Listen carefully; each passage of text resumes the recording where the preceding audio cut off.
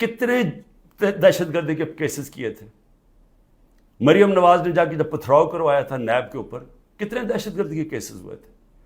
کس کے اوپر اس طرح کے 150 کیسز کیے گئے جو میرے پہ 4 کیسز میرے اوپر کیے گئے ہیں کرمنل کیسز, جب میں نظر بند تھا 4 دن وہاں نیب جیل میں. تو جس طرح کی یہ آپ حرکتیں کر رہے ہیں اور یہ ہونے دے رہے ہیں حرکتیں, اور یہ کہہ کہ جی ہمارے زمانے میں یہ ہوتا تھا, یہ سمجھ جائیں کہ یہ بڑی جلدی چینج ہو سکتا ہے. یہ ابھی آپ بڑے خوش ہیں کہ جی تحریک انصاف, اس لیے نہیں کہ ہم نے آپ سے کوئی ظلم کیا تھا.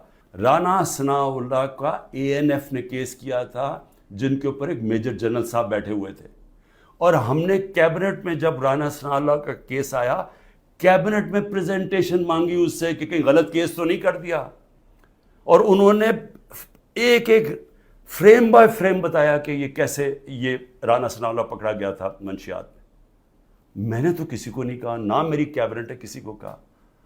تو اس لیے یہ کہنا کہ آپ کے زمانے میں بھی کچھ تھا, ہمارے زمانے میں کچھ نہیں تھا. الیکشن جب ہوں گے, یہ میری آج پیشن گوئی مان لیں, جو مرضی کر لیں آپ, جیتنا تحریک انصاف نے انشاءاللہ.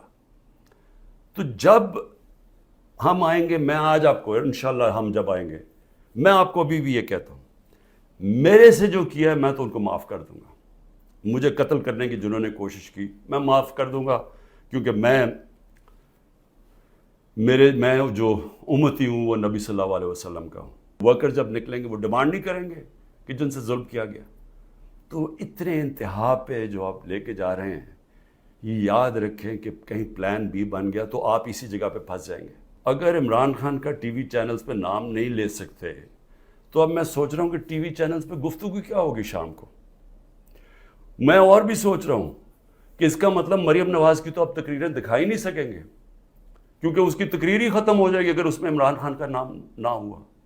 یعنی اس طرح سے کیا ملک میں کیا لوگ اتنے بیوقوف ہیں کہ اگر آپ یہ نہیں کریں گے تو اس سے وہ بھول جائیں گے لوگ PTI عمران خان کو. رات میری بھانجی کا خامد جس کا کوئی تحریک انصاف سے تعلق نہیں ہے, اس کا جو باپ اور فیملی وہ ساری نون لیگ میں ہے, اس کو کل رات اٹھا کے لے گئے. تو ایک بہن کے گھر میں چھاپے مارے ہیں انہوں نے گھر جا کے. تو یہ جو ساری حرکتیں ہیں, کیا اس سے عمران خان پیچھے ہٹ جائے گا؟ اور پھر میں نے ایک کمیٹی بنائی جس میں پرویز خٹک اور اسد کیسر تھے. ان کو دعوت ملی جی کہ ہاں اسٹیبلشمنٹ سے کیا ہے ہمارے سے بات چیت کریں.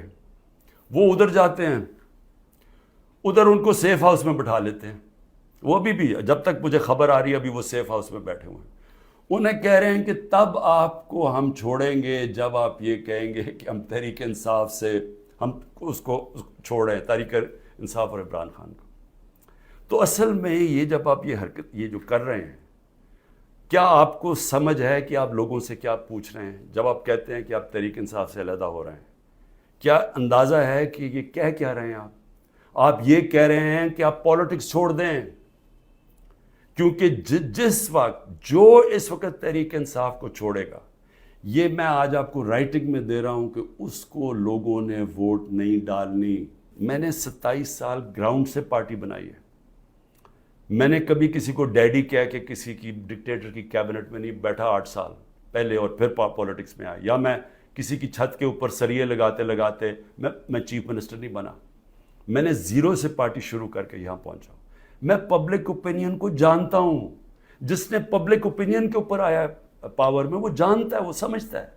میں اس لیے آپ کو کہہ رہا ہوں کہ یہ جو آپ کر رہے ہیں اس سے پارٹی کمزور نہیں, پارٹی طاقتور ہو رہی ہے, کیونکہ پبلک جڑتی جا رہی ہے اس کے ساتھ, اور لیکن کمزور پاکستان ہو رہا ہے. آپ کے لیے مشکل وقت ہے, میرے لیے سب سے زیادہ مشکل وقت ہے. مشکل وقت کیوں ہے؟ کیونکہ سارا دباؤ انہوں نے میرے پر ڈالا ہوا ہے. تو جب تک میں کھڑا ہوں, جب تک یہ سارے حربے استعمال کر رہے ہیں مجھے پکڑنے کے, کوئی نہ کوئی کیس میں تو پکڑ ہی لیں گے کیونکہ اتنے زیادہ کیسز ہیں, اور اگر میرے وکیل اب ڈرنا شروع ہو گئے ہیں تو میں خود تیاری کر رہا ہوں کہ میں خود ہی پھر مجھے اپنے کیسز عدالت میں جانا پڑے گا. لاء پڑھنے کی بھی کوشش کر رہا ہوں. سمجھ بھی ویسے میں نے اتنی دفعہ عدالتوں کے چکر لگائے ہیں کہ میں کافی سمجھ بھی گیا ہوں کہ قانون کیا ہوتا ہے. تو میں وہ بھی تو لگ تو ایسے رہا کہ وہ وکیل بھی آخر میں چھوڑ جائیں گے، لیکن عمران خان جب تک زندہ کھڑا رہے گا اپنے ملک کی حقیقی آزادی کے لیے.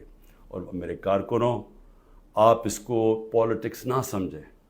آپ ایک دن دنیا کہے گی کہ یہ وہ لوگ ہیں جو کھڑے تھے پاکستان کی حقیقی آزادی کے لیے اور انہوں نے قربانیاں دی اپنے ملک کو آزاد کرنے کے لیے.